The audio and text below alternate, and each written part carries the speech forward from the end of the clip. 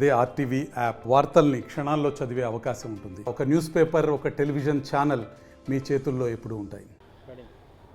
హైదరాబాదును కొన్నేళ్ల పాటు రాజధానిగా కొనసాగించాలని చెప్పి వైవి సుబ్బారెడ్డి గారు ఈరోజు ప్రకటన చేశారు. ఇదొక బాధ్యత రాహిత్యమైనటువంటి ప్రకటన.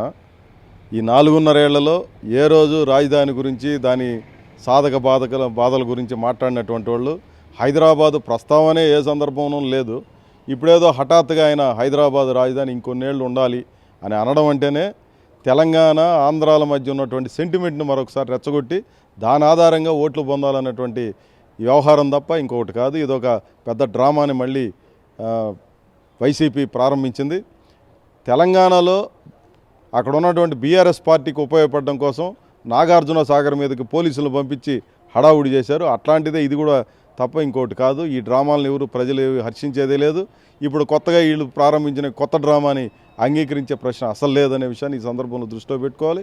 ఈ వైసీపీకి అన్ని రకాలుగా పోగాలం దగ్గరకు వచ్చేసి ఈరోజు ఈ రకమైనటువంటి తప్పుడు వ్యవహారాలన్నీ వీళ్ళు చేస్తున్నారు. ఖచ్చితంగా వైసీపీ ఓటమిని మూటగట్టుకోవడం ఖాయం. ఆంధ్ర రాష్ట్ర ప్రజలు భిన్నమైనటువంటి తీర్పును ఇవ్వడం కూడా ఖాయమని చెప్పి మేము భావిస్తున్నాం. ఈరోజు కొత్త నినాదం ఒకటి తీసుకొచ్చారు, ఉమ్మడి రాజధానిగా హైదరాబాద్ పెట్టాలని. ఇన్ని రోజులు సంకనాకుతా ఉన్నారు. మీరు 10 సంవత్సరాలు అయిపోయింది, మీరు వచ్చి 5 ఏళ్ళు అయిపోయింది. ఈరోజు కావాలనే అక్కడ తెలంగాణలో కాంగ్రెస్ పార్టీ అధికారంలోకి వచ్చిందని చెప్పేసి దాని ఏదో ఒక వివాదం తీసుకురావడానికి ఈ పూర్తిగా 10 సంవత్సరాలు అయిపోయిన తర్వాత పంజాబు, హర్యానా ఎన్నో సంవత్సరాలు అయిపోయింది విభజన జరిగిపోయి. ఆ చండీగఢ్ ఉమ్మడి రాజధానిగా పెట్టున్నారు. నాకు తెలిసిన 67, 65 సంవత్సరంలో విభజన జరిగింది. 10 సంవత్సరాలను పెడితే ఈ రోజు 40 ఏళ్ళు అయిపోతే కూడా ఈరోజు కొనసాగుతూ ఉంది. చంద్రబాబు నాయుడు ఆ రోజు తప్పు చేసినాడు. అతని పైన ఓటుకు నోటు కేసు పెడతారని చెప్పి ఆడున్న లంగోటాలు అవన్నీ ఎత్తుకొని సూట్ కేసుకు పరిగెత్తి వచ్చేసాడు. మీరేం చేస్తూ ఉన్నారు? మీరు ఇప్పుడు 3 రాజధానులు, మీకు 3 రాజధానులు. ఎందుకంటే మీరు ముగ్గురు ముఖ్యమంత్రులు కదా. జగన్మోహన్ రెడ్డి ఒక ముఖ్యమంత్రి, ఆయన విజయసాయి రెడ్డి ఒక ముఖ్యమంత్రి, సజ్జల రామకృష్ణ.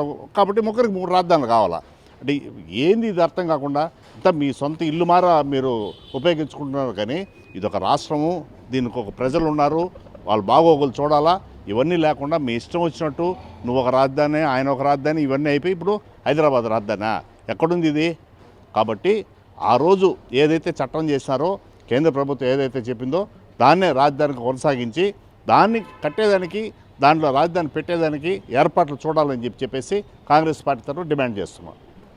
ఆంధ్ర రాష్ట్రం విడిపోయిన తర్వాత హైదరాబాదును 10 సంవత్సరాల రాజధానిగా ఉపయోగించుకోవచ్చు అనేటువంటి నిర్ణయం ఆనాడు చేయడం జరిగింది. 10 సంవత్సరాలు అయిపోయింది. కానీ ఈవేళ కొత్తగా వైవి సుబ్బారెడ్డి మళ్ళీ హైదరాబాదులో 2 సంవత్సరాలు రాజధానిగా ఉండాలని మాట్లాడడం అంటే మరి ఆంధ్రప్రదేశ్లో ఉన్నటువంటి కోట్లాది మంది ప్రజల మనోభావాల్ని దెబ్బతీయడం అనేది ఇలా చాలా స్పష్టంగా అర్థమవుతూ ఉంది.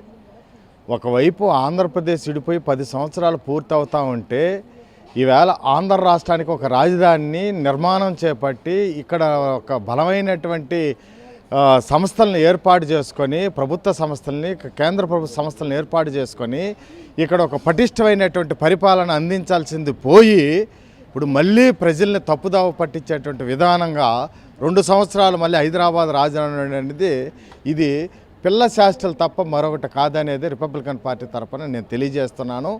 ఆంధ్రప్రదేశ్లో అమరావతి రాజధానిలో 33,000 ఎకరాలు రైతులు ఇచ్చినటువంటి భూమిని అక్కడ రాజధాని అని తీర్మానం చేసిన తర్వాత అక్కడ చేత కాకుండా, ఇక్కడ నిర్మాణం చేయక చేత కాకుండా మళ్ళీ హైదరాబాదు రాజధాని కావాలని అడగడం అంటే ఇది అర్ధరహితం.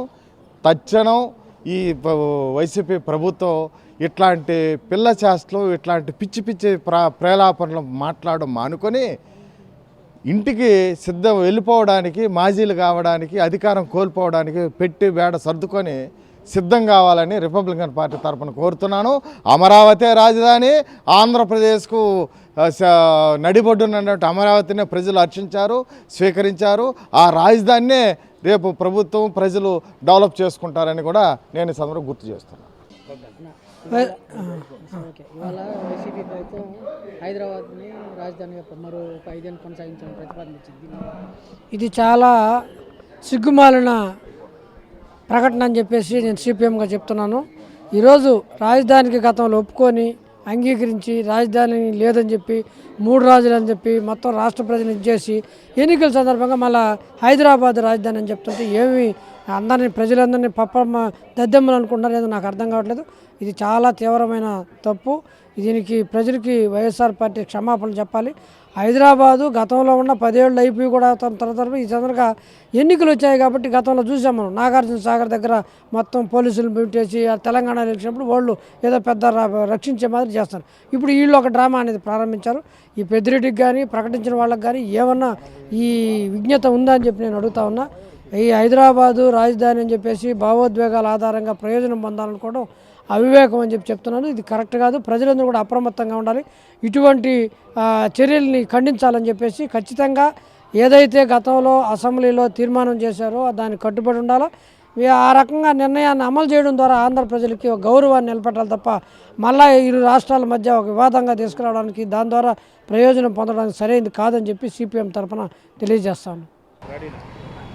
రాష్ట్రంలో ఎలాగుందంటే వీళ్ళ రాజకీయాల లబ్ధి కోసం ప్రజలను ఏమార్చడానికి ఎంతగా దిగజారిపోతున్నారంటే నమ్మి ఓట్లేసిన ప్రజల్ని 5 ఏళ్ళు పట్టించుకోకపోగా 5 ఏళ్ళు ఎక్కడ ఒక ఇటుకరాయి కూడా కట్టకపోగా ఎలక్షన్స్ దగ్గరకు వస్తున్నాయని తెలుసుకున్న వెంటనే ఈ యొక్క అధికార పార్టీ నాయకులు జగన్మోహన్ రెడ్డి గారు కానివ్వండి, వైవి సుబ్బారెడ్డి గారు కానివ్వండి, సజ్జల గారు కానివ్వండి, పక్క రాష్ట్రం మాజీ ముఖ్యమంత్రితో కుమ్మక్కయ్యి వీళ్ళు చేసిన ఎదవ పనులన్నీ ప్రజల్ని తప్పుదావ పట్టించి ప్రజల్ని వేరే టాపిక్లో డైవర్ట్ చేయడానికి ఇప్పుడు ఇంకొక 5 ఏళ్ళు రాజధానిగా హైదరాబాదే కావాలని చెప్పని వీళ్ళు ఈరోజు నేను ప్రకటన చేయడం జరిగింది. మీ కంటికి ప్రజలు ఎలా కనబడుతున్నారు? మీరు ఆడిన ఆటలకన్నిటికీ కీలుబొమ్మల్లా కనబడుతున్నారా? ఈ 5 ఏళ్ళు దోచుకో అనే ఒక సిద్ధాంతంతో మొత్తం దాచుకున్నారు.